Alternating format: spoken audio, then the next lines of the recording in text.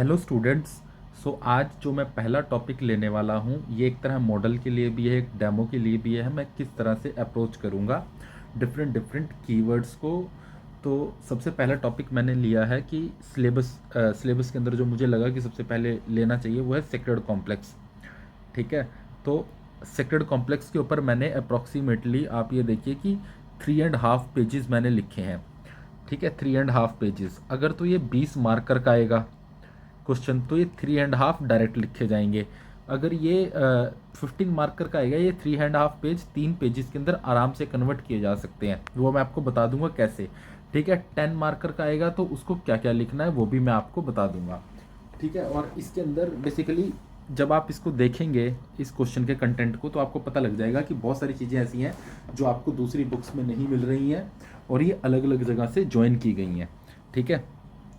अगर sacred complex के ऊपर क्वेश्चन आ गया तो मेरी इंट्रोडक्शन होगी कि it is propose by the LP Vidyarthi. किस लिए प्रपोज किया गया था? To study the places of the pilgrimage as dimension of Hindu civilisation within the framework of the great and little tradition.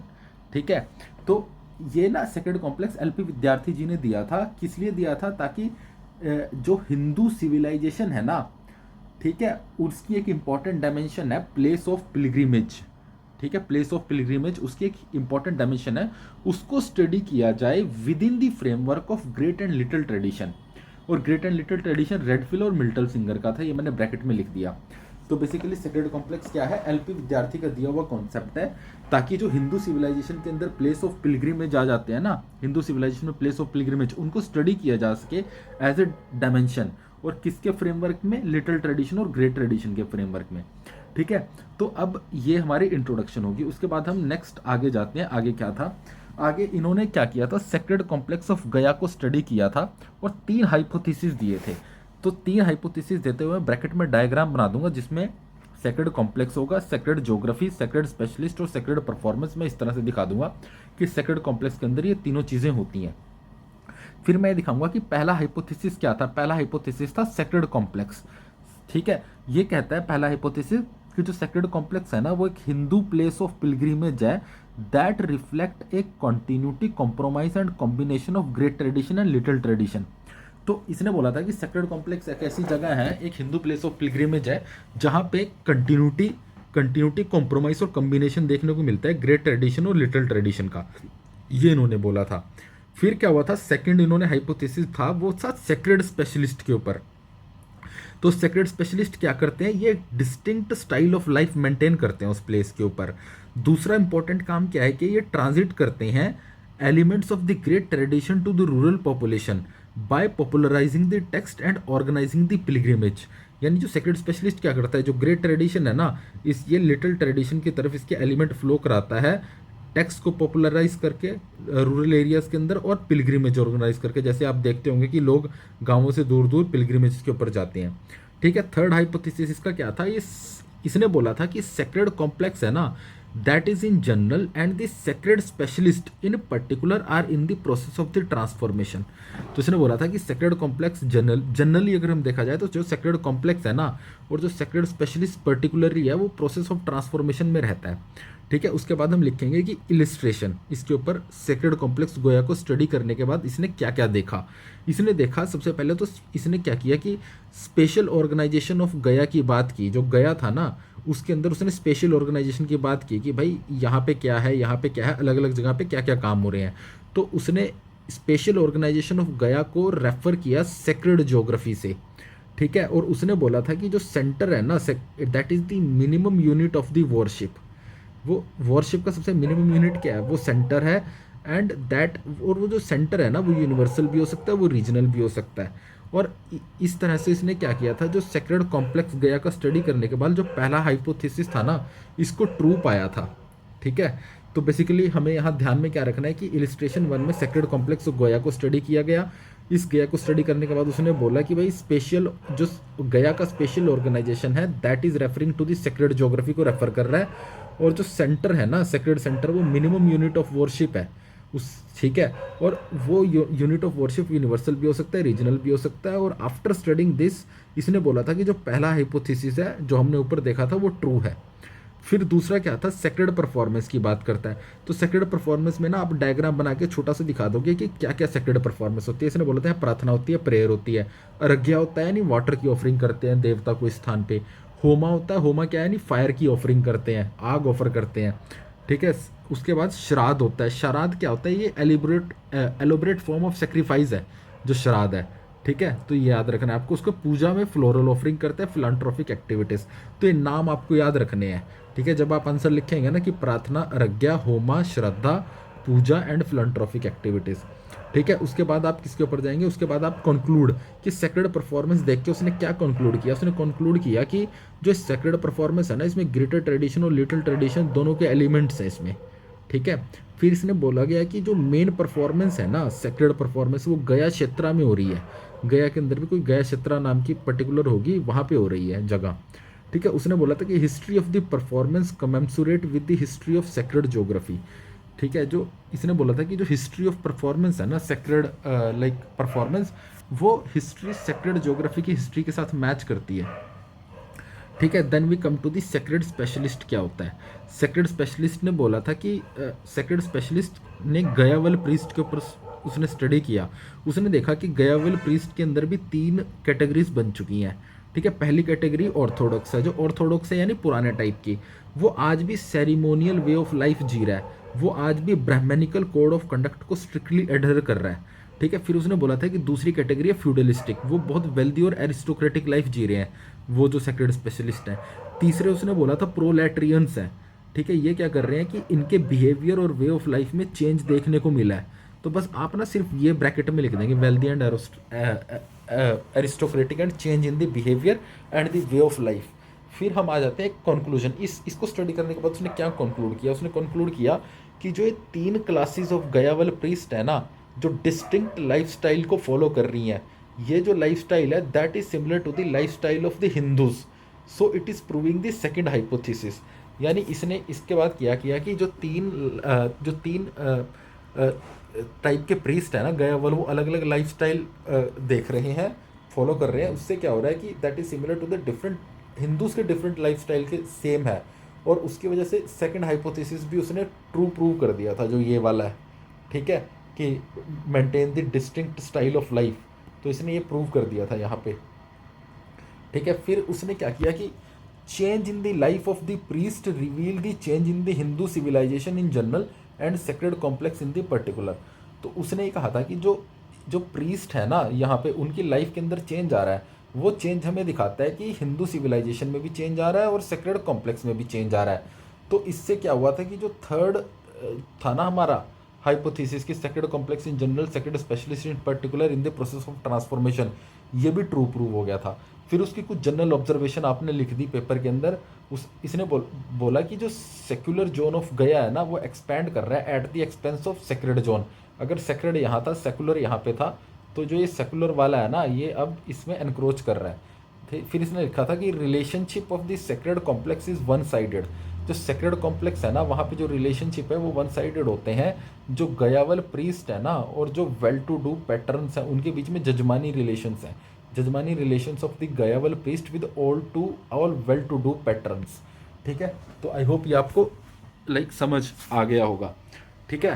और अब इसके बाद हम चलते हैं कि फिर एक और स्टडी जो आ जाए सेक्रेड कॉम्प्लेक्स। अगर तो क्वेश्चन आ गया सेक्रेड कॉम्प्लेक्स ऑफ गया के ऊपर स्पेशलर, तो आपको सिर्फ यहाँ तक लिखना है, ठीक है। अगर क्वेश्चन आ गया सिर्फ सेक्रेड कॉम्प्लेक्स, तो आप एक केस स्टडी और घुसा दीजिए। सरस्वती ने होली सर्किट ऑफ निमसार की स्टडी की थी, ठीक है। उसने 2 क्वेश्चन यहाँ पे एड्रेस किए थे। पहला क्वेश्चन ये था कि जो अलग अलग हिट्रोजीनियस पिलग्रिमेज है ना, वो जो सेक्रेड कॉम्प्लेक्स पे इंटरेक्ट करते हैं, whether they are sharing common brahminical concept of sacred, मतलब if there are different people pilgrimages coming to the sacred complex, whether they are क्या उनका जो ब्राह्मणिकल कॉन्सेप्ट, जिस तरह से वो सेक्रेड को देखते हैं, वो सेम है या अलग अलग है, ठीक है। फिर सेकंड उसने बोला था कि क्या do all interact Fairlie and equally with the sacred phenomena, ठीक है। तो उसने बोला था कि ये जो इंटरेक्ट कर रहे हैं फेयर और इक्वली, क्या वो सेक्रेड फिनोमेना के साथ सारे के सारे फेयरली और इक्वली इंटरेक्ट कर रहे हैं। फिर उसने कुछ ऑब्जर्वेशन निकाली थी। ऑब्जर्वेशन क्या थी? उसने बोला था कि जो सेक्रेड है ना, सेक्रेड का मतलब होता है कि sacred mean is basically desire to communicate with the spiritual world to attain moksha. ठीक है, तो उसने बोला था कि जो सेक्रेड है ना, उसका मतलब होता है कि इट इज़ अ डिज़ायर, कि आपकी डिज़ायर है कि आप स्पिरिचुअल वर्ल्ड के साथ कम्युनिकेट करें और मोक्षा प्राप्त करें। फिर उसने बोला था कि ब्राह्मणिकल कॉन्सेप्ट ऑफ विश्वेश्वरा और नॉन ब्राह्मणिकल श्राइन ऑफ अर्घ्याकर ये कोएग्जिस्ट कर रहे हैं वहाँ पे। और इसने ऑब्जर्व किया कि ब्राह्मणिकल टच करते हैं फीट अवादूत के। ठीक है, अवादूत होते हैं लो कैटेगरी पीपल वहाँ पे। देन कर्मकांडी और illiterate untouchable must not conclude sacred performance together. इसने बोला था जो वहाँ पे कर्मकांडी होते हैं, कुछ लोग होते हैं, उनके ग्रुप को कर्मकांडी बोला जाता है, और जो इलिटरेट अनटचेबल है ना, उनको सेक्रेड परफॉर्मेंस इकट्ठी नहीं करनी चाहिए। तो बेसिकली आप जब इस केस स्टडी को लिखेंगे तो आपको यही लिखना है, holy circuit of Nimsar, heterogeneous pilgrimage interact, share whether they are sharing common Brahmanical concept, और फेयरली और इक्वली इंटरेक्ट कर रहे हैं। और ये 4 लिखने हैं, 4 में से आपके 3 भी याद रह गए तो बहुत है।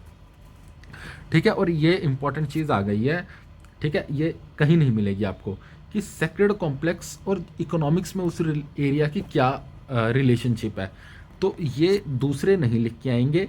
ठीक है, अगर तो ये 15 नंबर का आ गया तो आप इसमें से मान के चलो कि ये वाला ये वाला ये वाला लिखाना।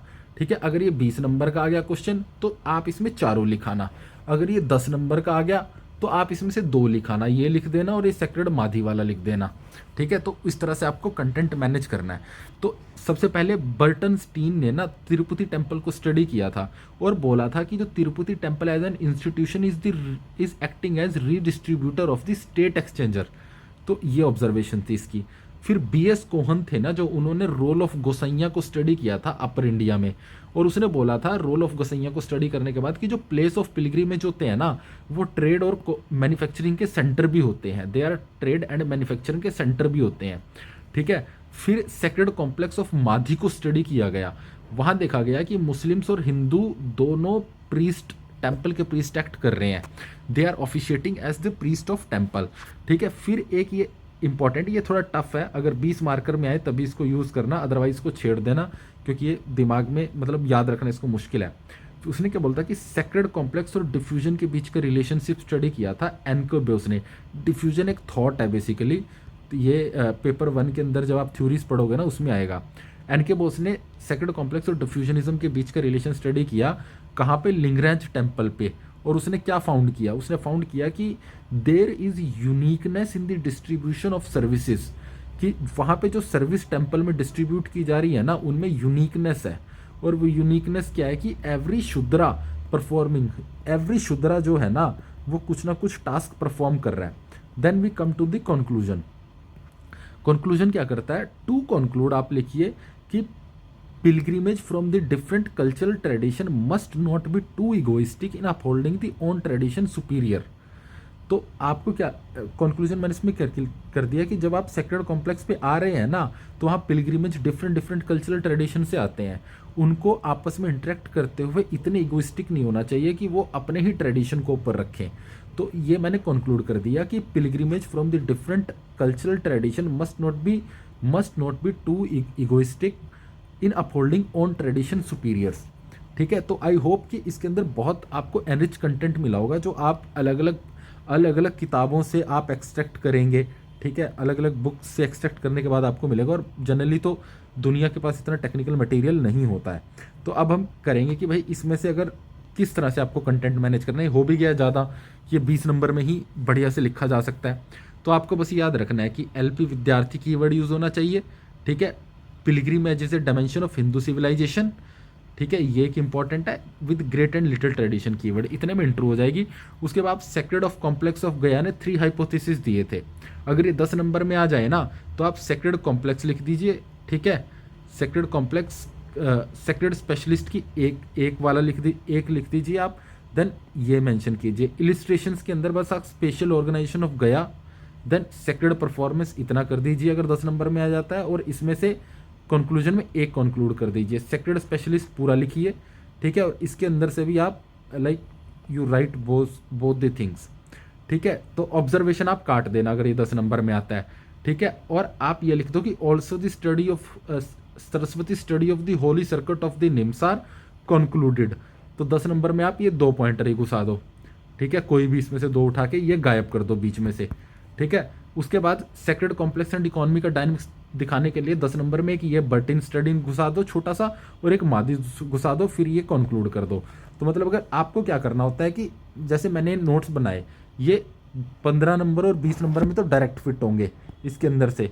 हालांकि 15 नंबर में भी आप एक दो चीज़ मिस कर दोगे, ठीक है। जैसे 15 नंबर में आप सरस्वती का होली सर्किट ऑफ निमसार लिख रहे हो, तो इसके अंदर होली सर्किट ऑफ निमसार के अंदर आप 4 की जगह 3 लिख दो यहाँ पे, ठीक है। इसको भी आप छोटा कर दो, 1 ही लिख दो यहाँ पे, और यहाँ पे 4 की जगह 2 लिख दो। अगर आप 15 मार्कर लिख रहे हो, आपके पास टाइम कम है, ठीक है, तो आपको इस तरह से कंटेंट मैनेज करना पड़ेगा बेसिकली।